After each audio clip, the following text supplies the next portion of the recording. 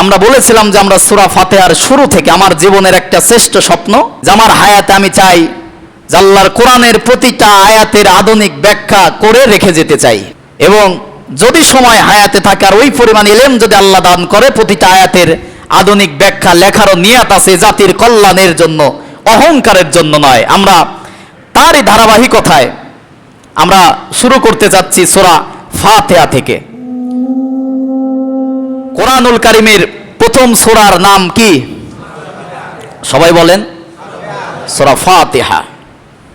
ফাতিহা বলা হয় কেন? ফাতিহা শব্দের শাব্দিক অর্থ হচ্ছে প্রারম্ভিকা, শুরু, সূচনা। কোরআন শুরু হয়েছে কোন সূরা দিয়ে?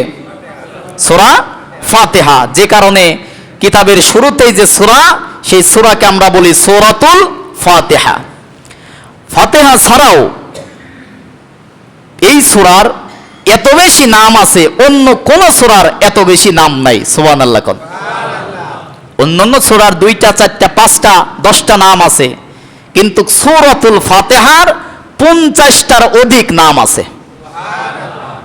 এক নাম্বার সূরাতুল ফাতিহা। দ্বিতীয় নাম্বার আরেকটা নাম হচ্ছে সাবউল মাসানি, অধিক পাঠনীয় 7 আয়াত। কোরআনের মধ্যে কয় আয়াত আছে? 7 আয়াত। পাঠনীয় 7 আয়াত। বারবার পড়ি না আমরা? সব রাকাতে পড়ি না? সব নামাজে পড়ি কিনা? এই জন্য বলা হয় সাবউল মাসানি। আল্লাহ রাব্বুল আলামিন সূরা হিজরের 87 নম্বর আয়াতের মধ্যে বলেন, ওয়ালাকাদ আতাইনাকা সাবআম মিনাল মাসানি ওয়াল কুরআনাল আযীম। জোরে বলুন আল্লাহু আকবার। আল্লাহ রাব্বুল আলামিন বলেন, অবশ্যই হে নবী আপনাকে 7 আয়াত বিশিষ্ট বারবার পাঠ করণীয় একটা আয়াত তথা সূরাতুল ফাতিহা তোমাকে দান করেছি। কোন সুবহানাল্লাহ। 2 নম্বরে সূরা ফাতিহার নাম সালাত। বলেন নাম কি? সালাত। রাসূল সাল্লাল্লাহু আলাইহি ওয়াসাল্লাম বলেন, মুসলিম শরীফে 904, 905 এবং 906 নম্বর হাদিসের মধ্যে আসছে, সূরা ফাতিহাকে সালাত বলা হয়, সূরাতুস সালাহ। এর মানে হচ্ছে কসমতু সালাতা বাইনি ওয়া বাইনা আবদি নিসফাইন। এই সূরাটা আমি আর আমার, আল্লাহ পাক বলতেছেন, আমি আল্লাহ আর আমার বান্দার মাঝে এই সূরাটাকে 2টা ভাগ করে নিয়েছি। সুবহানাল্লাহ। কোন সূরাটাকে কি করেছি? 2টা ভাগ করে নিয়েছি, আমার আর বান্দার সাথে 2টা ভাগ। যেমন আমরা বলি আলহামদুলিল্লাহি রাব্বিল আলামিন। এই আয়াতটা যখন বলি আল্লাহ পাক বলেন হামিদালি আব্দি, আমার বান্দা আমার প্রশংসা আদায় করেছে। সুবহানাল্লাহ। কোন বলেন তো আলহামদুলিল্লাহি রাব্বিল আলামিন। প্রশংসা আদায় করলাম কার?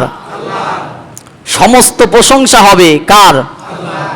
কোন ব্যক্তির, কোন হুজুরের, কোন বক্তার, কোন আলেমের, কোন ইমামের, কোন নেতার প্রশংসা হবে না, একমাত্র প্রশংসা হবে কার? আল্লাহ। আওয়াজ করে বলেন কার? আল্লাহ। কিভাবে হবে? আলহামদুলিল্লাহি রাব্বিল আলামিন। বলেন আলহামদুলিল্লাহি রাব্বিল আলামিন। কেমন করে সমস্ত প্রশংসার মালিক তিনি? মনে করেন বলতেছেন যে হুজুরের কণ্ঠ খুবই ভালো, এই কণ্ঠ আমাকে যিনি দিয়েছেন কে? আল্লাহ। তাহলে প্রশংসা আমার কণ্ঠর হলো না আল্লাহর হলো? আল্লাহ। কথা বলেন। আল্লাহ। বললেন অমুক মানুষ খুবই সুন্দর, এবার বলেন আসলে তাকে সুন্দর বলা হলো নাকি তাকে যে সুন্দর করে বানিয়েছে তার প্রশংসা হলো? বলেন সুন্দর করে বানায় কে? আল্লাহ। সবকিছু বলি যে চোখ সুন্দর, ওই চোখটা বানিয়েছে কে? তাহলে সকল প্রশংসার মূল কেন্দ্রবিন্দু কে? আল্লাহ পাক বলেন যখন বলি আলহামদুলিল্লাহি রাব্বিল আলামিন, সমস্ত প্রশংসা একমাত্র আল্লাহর। আল্লাহ এত খুশি হয়, আল্লাহ পাক বলেন হামিদালি আব্দি, আমার বান্দা আমি আল্লাহর প্রশংসা আদায় করেছে ফেরেশতাদেরকে বলে আল্লাহ রাব্বুল আলামিন সেই বান্দার প্রতি রহমত আর বরকত নাজিল করে। তাহলে সর্ব অবস্থায় প্রশংসা আদায় করব কার? সুখে থাকি দুঃখে থাকি প্রশংসা হবে একমাত্র কার? আল্লাহর। যখন বলি আর রহমানির রহিম, আল্লাহ পাক বলেন আসনা আলাইনা ইয়া আব্দি, আমার বান্দা আমার গুণকীর্তন করতেছে, সুবহানাল্লাহ। কোন যখন বলি মালিকি ইয়াউমিদ্দিন, আল্লাহ পাক বলেন মারজাদা লি আব্দি, আমার বান্দা আমার মর্যাদা করতেছে, আল্লাহু আকবার। তাহলে এটাকে বলা হয় সলাতুল সূরাতুস সালাহ। তার মানে হচ্ছে আমি আল্লাহ আর বান্দার সাথে এই সূরাটা ভাগাভাগি করে নেওয়া, আল্লাহর সাথে চাওয়া পাওয়ার সূরা। কারণ সূরা ফাতিহা 3 ভাগে হয়েছে। প্রথমের 3টা আয়াত আল্লাহর প্রশংসা, পরের 3টা আয়াত আমি যে আল্লাহর বান্দা তার পরিচয়, এর পরের আয়াত আল্লাহর কাছে আমরা সাহায্য কিছু প্রার্থনা করি, সুবহানাল্লাহ। কোন আসবে ধারাবাহিকভাবে আসবে। আল্লাহ পাক বলেন কসমতু সালাতা বাইনি ওয়া বাইনা আবদি নিসফাইন। তাহলে এই সালাত সূরাতুল ফাতিহা আমি আর আমার বান্দার মাঝে 2টা ভাগ করে নিয়েছি। এই সূরার আরেকটা নাম হচ্ছে সূরাতুল রুকবাহ, সুবহানাল্লাহ। কোন এই সূরার আরেকটা নাম সূরাতুল রুকিয়াহ। বলেন তো সূরাতুল রুকিয়াহ। রুকিয়া মানে কি? ঝাড়ফুঁকের সূরা, সুবহানাল্লাহ। কোন পেটে ব্যথা, ফু নেব, পানিতে ফু দিয়ে খাবো, কোন সূরা পড়ে? সূরা হাদিসের মধ্যে আসছে 7 বার সূরা ফাতিহা করে যদি খায় পেটের পীড়া আল্লাহ পাক ভালো করে দেবে। আল্লাহ পাক এই বলেছেন সূরাতুর রুকিয়া। এর একটা হাদিস আছে, লম্বা হাদিস, বুখারী শরীফের 2276 নম্বর হাদিস, লম্বা ঘটনা। একদল সাহাবী যাচ্ছিলেন অথবা জিহাদ থেকে ফিরতেছিলেন। একটা ইহুদি গোত্রের যে আমির, গোত্র প্রধান, সাপে অথবা বিষধর কোনো বিচ্ছু তাকে দংশন করে, কামড় দেয়। তিনি খুব রোগাগ্রস্ত হয়ে যায়, আক্রান্ত হয়ে যায়, বিভিন্ন জায়গায় চিকিৎসার পরেও সুস্থ হয় না। একদল সাহাবী যখন যাচ্ছিল তখন এই দল থেকে বলতেছিল আমাদের একজন রোগী আছে, তোমাদের মধ্যে থেকে কেউ যদি রুকিয়া করে সুস্থ করাতে পারো, হাদিসের মধ্যে আসছে 30টা ছাগল অথবা 1 পাল ছাগল তোমাদেরকে হাদিয়া দেব। অনেক লম্বা ঘটনা, ইতিপূর্বে আরো ঘটনা আছে, আমি সহজ করে অল্প সময়ের মধ্যে তুলে ধরতেছি। একজন সাহাবী তিনি গেলেন, রুকিয়া করলেন, চিকিৎসা দিলেন, ঝাড়ফুঁক করলেন। আল্লাহ রাব্বুল আলামিনের দয়ায় সেই অসুস্থ ইহুদি ব্যক্তি সুস্থ হয়ে গেল। এখন ছাগল পেল উপহার, হাদিয়া। এখন 2 গ্রুপ হয়ে গেছে, বলছে যে এ ছাগল খাওয়া যাবে না, আর একজন বলতেছে না খাওয়া যাবে। 2টা যখন গ্রুপ হয়ে গেল তখন সাহাবীরা বলল ঠিক আছে এই ছাগলগুলো নিয়ে চলো আমরা নবীজির কাছে যাই, রাসূল যেটা বলবে সেই সিদ্ধান্তের উপরে আমরা অটুট থাকবো, সুবহানাল্লাহ। 30টা অথবা 1 পাল ছাগল নিয়ে রাসূলের কাছে গেলেন, বিস্তারিত খুলে বললেন এবং সাহাবীকে বললেন তুমি যে রুকিয়া ঝাড়ফুঁক করলে কি দিয়ে করলে? সাহাবী বললেন সূরাতুল ফাতিহা, সুবহানাল্লাহ। হাদিসের মধ্যে ওমা ইদরিকা আন্নাহা রুকিয়া, তুমি কি করে জানলে যেটা রুকিয়া করার সূরা? সুবহানাল্লাহ। কোন সাহাবী বলতেছেন আমি এর চেয়ে ভালো সূরা, অর্থবোধক সূরা কোরআনের মধ্যে আমার জানা নাই, যে কারণে আমি এই সূরা ফাতিহা দিয়েই রুকিয়া করেছি। অসুস্থ ব্যক্তিকে আল্লাহ পাক সূরা ফাতিহার বদৌলতে শিফা দান করে দিয়েছে। রাসূল সাল্লাল্লাহু আলাইহি ওয়াসাল্লাম বললেন ঠিক আছে তাহলে ওই ছাগলের মাংস তোমরাও খাও, আমার জন্য একটা অংশ রেখে দিও, সুবহানাল্লাহ। কোন তার মানে হাদিয়া নেওয়া জায়েজ আছে না নাই? তার মানে এই সূরার নাম সূরাতুর রুকিয়া, ঝাড়ফুঁক। এখন হুজুরের কাছে যাবেন, আসে তো আমার কাছে পানি পড়া তেল পড়া নিতে, বড় জোরে এই সূরা ফাতিহা পড়ি অথবা আয়াতুল কুরসি ইসমে আজম যেটাকে বলা হয় সূরা বাকারার 255 নম্বর আয়াত, অথবা সূরা নাস ফালাক, অথবা সারকুল, সূরা কাফিরুন, সূরা ইখলাস, নাস ফালাক। অনেকের সন্তান কান্নাকাটি করে না, আয়াতুল কুরসি পড়ে। ঘরে তো কোরআন পড়া নাই, কান্নাকাটি করবে না? যে ঘরে সূরা বাকারা তেলাওয়াত করা হয় ওই ঘরে কখনো দুষ্টু জিনের আসর পড়ে না। এখন তো ব্ল্যাক ম্যাজিকের যুগ চলে এসেছে, যে ঘরে সূরা বাকারা তেলাওয়াত করা হয় ওই ঘরের কোনো ব্যক্তিকে ব্ল্যাক ম্যাজিক, জাদু টুনা, কুফরি কালাম করে ক্ষতি করতে পারে না। আল্লাহু আকবার। আবার অনেকে গাঁও বন্ধুর জন্য তাবিজ নেয়, আছে না তাবিজ? শিরিক, এটা তাবিজ নেবেন না। তাবিজের বাপ আছে আমার কাছে, কি সেটা শোনেন। ফজরের নামাজের পরে, এখন নামাজই পড়ি না হুজুর, ফজরের নামাজের পরে আর কি করব, হ্যাঁ আনাবাদে সপ্তাহে একদিন জুমার নামাজে আসি, এ আসার 4 পয়সার কোনো দাম নাই। নামাজ পড়তে হবে 5 ওয়াক্ত, কয় ওয়াক্ত? 5 ওয়াক্ত। অনেকে জাদুবিদ্যায় অনেকে আঘাতগ্রস্ত কিন্তু হয়, ব্ল্যাক ম্যাজিক করে, জাদু টোনা কুফরি কালাম করে, কিন্তু এগুলো সত্য, এগুলো করতে পারে। বিশেষ করে কুফরি কালাম তন্ত্রমন্ত্র দিয়ে করা যায়, জীবনেও ক্ষতি করতে পারবে না। ফজরের নামাজের পরে বিসমিল্লাহ সহকারে সূরা ইখলাস 3 বার, সূরা ফালাক 3 বার, সূরা নাস 3 বার পড়ে ফু নিয়ে গোটা শরীরে নিজেই কবিরাজ হন, করবেন, সারা দিনের নিরাপত্তা আল্লাহ দান করবে। জোহরের পরে 1 বার করে 3টা সূরা, আসরের পরে 1 বার করে, বেশি বললে পড়বেন, আবার মাগরিবের পরে 3 বার, ইশারের পরে 1 বার করে। 24 ঘন্টার নিরাপত্তা যিনি দান করবে কে? নবীজিকেও তো জাদু করেছিল, অসুস্থ হয়ে পড়েছিল, রাসূল সাল্লাল্লাহু আলাইহি সাল্লামকে এই সূরা নাস এবং ফালাক নাজিল করলেন, একটা করে আয়াত তেলাওয়াত করলেন, আর জাদুবিদ্যার একটা করে গিট কূপের মধ্যে ফেলে দিয়েছিল, খুললেন, রাসূল সাল্লাল্লাহু আলাইহি সাল্লাম আল্লাহর রহমতে শেফা আরোগ্য লাভ করেছিলেন। সুবহানাল্লাহ। কি আমল করা যাবে তো ইনশাআল্লাহ? সন্তানকে আয়াত ওইটাই মনে মনে পড়ে দেয়, সূরা ফাতিহা মনে মনে পড়ে তেল ভরে দেয়, আর আপনারা নিয়ে মালিশ করেন, তা নিজেরাই পড়লে নিজের ফুই ভালো হবে। বুঝাইতে পারছি? তাহলে এই সূরার নাম হচ্ছে সূরাতুর রুকিয়া, ঝাড়ফুঁকের সূরা। এই সূরার আরেকটা নাম হচ্ছে উম্মুল কোরআন। সুবহানাল্লাহ। কোন উম্মুল কোরআন মানে হচ্ছে কোরআনের মা। সুবহানাল্লাহ। সূরা ফাতিহাটা কি ভাই? কোরআনের মা। মা কেন বলা হচ্ছে? গুরুত্ব বোঝানোর জন্য। রাসূল সাল্লাল্লাহু আলাইহি সাল্লাম বললেন যে গোটা কোরআনটাকে যদি গবেষণা করা যায়, গোটা 30 পারা হয়ে যায়।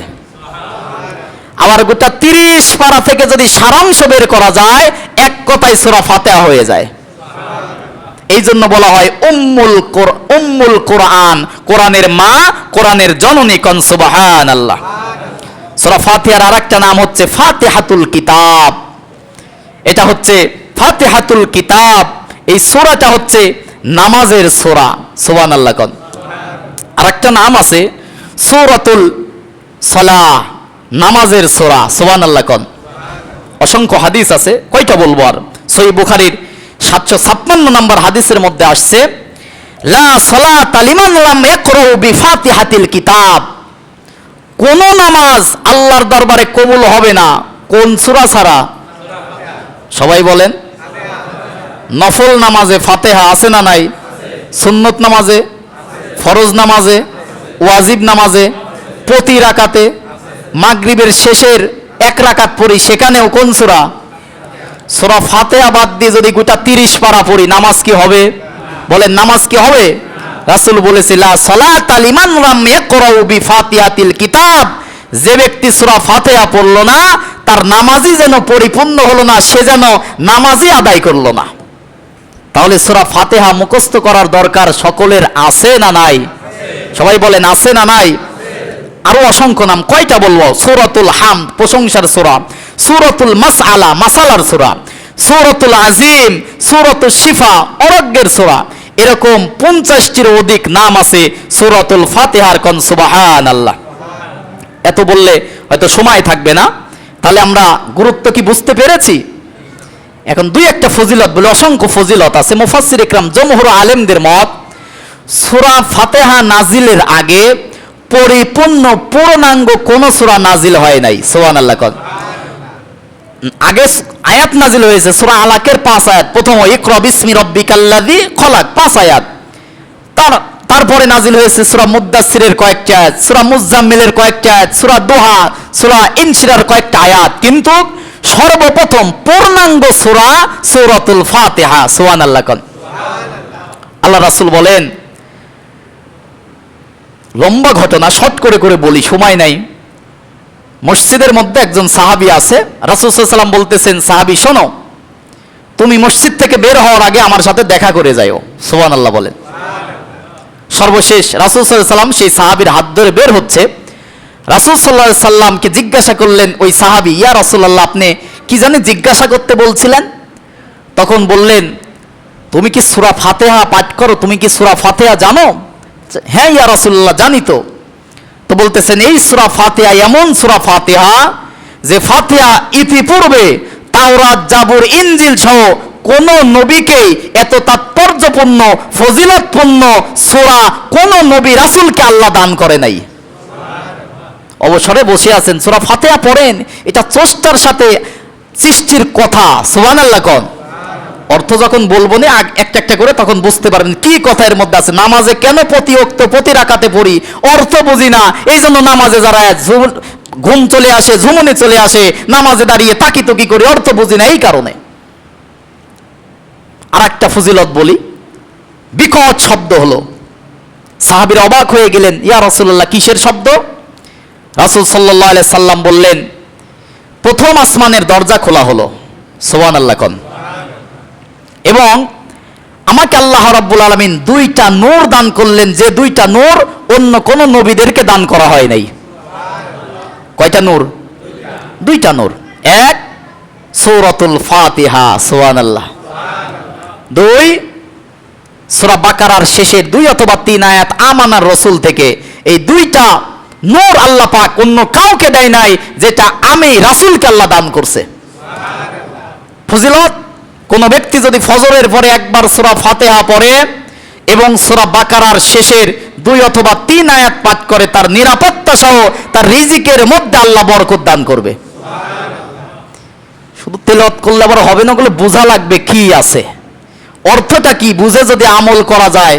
সূরা মুলক কিয়ামতের দিন আল্লাহর সাথে ঝগড়া করবে। সুবহানাল্লাহ কোন। আল্লাহর সাথে কি করবে? আপনি একটু বিবেক দিয়ে মিলান, কত বড় কথা, ঝগড়া করবে। কারণ কোরআনের সব কথা কার কথা? আল্লাহরই কথা। সূরা মুলকের 30টা আয়াত আছে, 30টা আয়াতে 30টা শিক্ষা আছে। তার 1 নাম্বার শিক্ষা, তাবারাকাল্লাযী বিয়াদিহিল মুলক ওয়া হুয়া আলা কুল্লি শাইইন কাদির। মূল অর্থ হচ্ছে একমাত্র ক্ষমতার মালিক কে? আল্লাহ। যারা এই বিশ্বাস করবেন, এই আয়াত কিয়ামতের দিন আপনার পক্ষে সাক্ষী দেবে। আর যারা বলে যে ক্ষমতার উৎস জনগণ, কিয়ামতের দিন এই আয়াত তাদের বিরুদ্ধে দাঁড়াবে। ঠিক কিনা বলেন? এরকম অর্থ বুঝে যদি পড়তে পারেন, করে কিয়ামতের দিন কোরআন আমার আপনার পক্ষে সুপারিশ করে আল্লাহর জান্নাতে নিয়ে যাবে। এখন আমরা সংক্ষিপ্তভাবে সূরার দিকে যাই। আলহামদুলিল্লাহি রাব্বিল আলামিন। প্রশংসা একমাত্র কার? আল্লাহ। প্রশংসা আদায়ের, শুকরিয়া আদায় করার অনেক শব্দ আছে, কিন্তু হামদ এটা শুধুমাত্র আল্লাহর জন্য খাস। সুবহানাল্লাহ কোন। শুরুতেই আছে আলিফ লাম। কি আছে ভাই? আলিফ লাম। এখানে যে আলিফ লাম ব্যবহার করা হয়েছে, আলিফ লামে ইস্তেকরাকি নির্দিষ্ট বোঝানোর জন্য যে একমাত্র প্রশংসা হবে লিল্লাহি রাব্বিল আলামিন। বলেন লিল্লাহি রাব্বিল আলামিন। গলার আওয়াজ বড় করে করবেন, সকল প্রশংসা হবে একমাত্র কার? আল্লাহ। আল্লাহর। আলহামদু, বলেন আলহামদু। কেন আল্লাহর প্রশংসা হবে? একটা কারণ আছে না ভাই? প্রশংসা যে আদায় করব, একটা কারণ আছে না? কারণ জানতে হবে তো, কেন প্রশংসা আদায় করব? আল্লাহ রাব্বুল আলামিন সূরা কাহফের 1 নাম্বার আয়াতের মধ্যে কেন কারণটা বলতেছেন, আল্লাহ পাক বলেন আলহামদুলিল্লাহিল্লাযী আনজালা আলা আবদিহিল কিতাব ওয়া লাম ইয়াজআল লাহু ইওয়াজা। জোরে বলুন আল্লাহু আকবার। আলহামদুলিল্লাহ, সমস্ত প্রশংসা সে আল্লাহ রাব্বুল আলামিনের জন্য। আনজালা আলা আবদিহিল কিতাব, যিনি দয়া করে বান্দার প্রতি নাজিল করেছে কোরআন। সুবহানাল্লাহ কোন। তাহলে প্রশংসা আদায়ের প্রথম অর্থ বান্দার জীবন পরিচালনা করার জন্য দিয়েছে কি? কোরআন। বলেন কোরআন। আর রহমান আল্লামাল, তিনি রহমান, দিয়েছে কোরআন। খলাকল ইনসান, সৃষ্টি করেছে মানুষ। আল্লামাহুল বায়ান, শিক্ষা দিয়েছে বয়ান, কথা, ভাষা। সুবহানাল্লাহ কোন। এত কথা বলতেছি, শিখিয়েছেন কে? আল্লাহ। কোরআন তো আরবি ভাষা, তো বাংলা ভাষা আল্লাহ দেয় নাই। বাংলা ভাষা কে দিয়েছে? আল্লাহ। কিন্তু মূল ভাষা কি? মূল ভাষা কি? কবরের ভাষা কি? আখিরাতের ভাষা কি? জান্নাতের ভাষা কি? আল্লাহর ভাষা কি? কোরআনের ভাষা কি? আরবি ভাষা, কিন্তু বাংলা ভাষাও যিনি দান করেছেন কে? আল্লাহ। আল্লাহ পাক বলেন সমস্ত প্রশংসা ওই রবের যিনি তার বান্দার জীবন পরিচালনা করার জন্য একখানা কিতাব, একখানা কোরআন নাজিল করেছে। কান সুবহানাল্লাহ। আবার এখানে প্রশ্ন জানে কোরআন কেন নাজিল করলো? কারণ আছে না? আগেই বলে আসছি, মানব জাতির হেদায়েতের জন্য। কিসের জন্য? এবং এমন কিতাব দান করলেন ওয়ালাম ইয়াজআল্লাহু আইওয়াজা, যে কিতাবের মধ্যে কোনো মিথ্যা কথা আছে? একটু আছে? অনেকটুক আছে? একটুও? কোরআন খোলেন, কোরআন সূরা ফাতিহা আল্লাহর প্রশংসা, তারপরের সূরা সূরাতুল বাকারা। কোন সূরা? প্রথম। আল্লাহ পাক বলেন আলিফ লাম মিম যালিকাল কিতাবু লা রাইব, বিন্দু মাত্র কেন ভুল যে আছে এর সন্দেহেরও কোনো সুযোগ নাই। আল্লাহু আকবার। যালিকাল কিতাব লা রাইব, this is the book, there is no doubt about it. এই কিতাবের মধ্যে সন্দেহের কোনো লেশ মাত্র নাই। আল্লাহু আকবার। অথচ নির্ভুল নিষ্কলুষ কিতাব মুসলমানের ঘরে থাকার পরেও মুসলমান পড়ে না, বোঝে না, মুসলমান কোরআনের সমাজ কায়েম করতে চায় না, যে কিতাবের মধ্যে কোনো ভুল নাই। আল্লাহু আকবার। লা রাইবা ফি, ভুল তো দূরের কথা রে ভাই, সন্দেহের কোনো সুযোগ, সন্দেহের কোনো সুযোগ। আল্লাহু আকবার। এমন কিতাব দান করছেন। প্রশংসা দিয়ে আল্লাহ পাক 5টা সূরা নাজিল করছে। কয়টা সূরা? বলেন কয়টা সূরা? এক, আলহামদুলিল্লাহি রাব্বিল। 2 নম্বরে যেটা বলছে সূরা কাহাফ, আলহামদুলিল্লাহিল্লাযী আনজালা আলা আবদিহিল কিতাবা ওয়া লাম ইয়াজআল লাহু আইওয়াজা। সুবহানাল্লাহ। কোন? দ্বিতীয় নম্বর আল্লাহ রাব্বুল আলামিন কোরআনুল কারীমের 6 নম্বর সূরা সূরা আনআম প্রথম আয়াতে আল্লাহ পাক প্রশংসা দিয়ে আল্লাহ পাক বলেন আলহামদুলিল্লাহিল্লাযী খালাকাস সামাওয়াতি ওয়াল আরদ ওয়া জাআলাজ যুলুমাতি ওয়ান নূর। জোরে বলুন আল্লাহু আকবার। আল্লাহ পাক বলেন আলহামদুলিল্লাহিল্লাযী, সমস্ত প্রশংসা সেই আল্লাহর, খালাকাস সামাওয়াতি ওয়াল আরদ, যিনি আসমান আর জমিন সৃষ্টি করেছে। সুবহানাল্লাহ। কোন? এবং তিনি জুলুমাত অন্ধকার, অন্নর এবং আলো সৃষ্টি করেছে। সুবহানাল্লাহ। এরপরে দ্বিতীয় নম্বরে সূরা সাবার প্রথম আয়াত, সময় তো নাই। আলহামদুলিল্লাহিল্লাযী লাহু মা ফিস সামাওয়াতি ওয়া মা ফিল আরদি ওয়া লাহুল হামদু ফিল আখিরা। আল্লাহু আকবার। এক আয়াতের উপরে নিম্নে 1 বছর ওয়াজ করা যাবে। কেবল প্রশংসা, এরপরে বিশ্বজগৎ আছে, এর মধ্যে আবার রব আছে। যেহেতু সময় নাই, আমরা আগামী সপ্তাহে কেন প্রশংসা হবে, আলহামদুলিল্লাহ, কেন আল্লাহর প্রশংসা, রব্বি এবং আলামিন, বিশ্বজগৎ, এ সম্পর্কে যতটুকু সময় পাওয়া যায় বিস্তারিত আলোচনা করবে ইনশাআল্লাহ।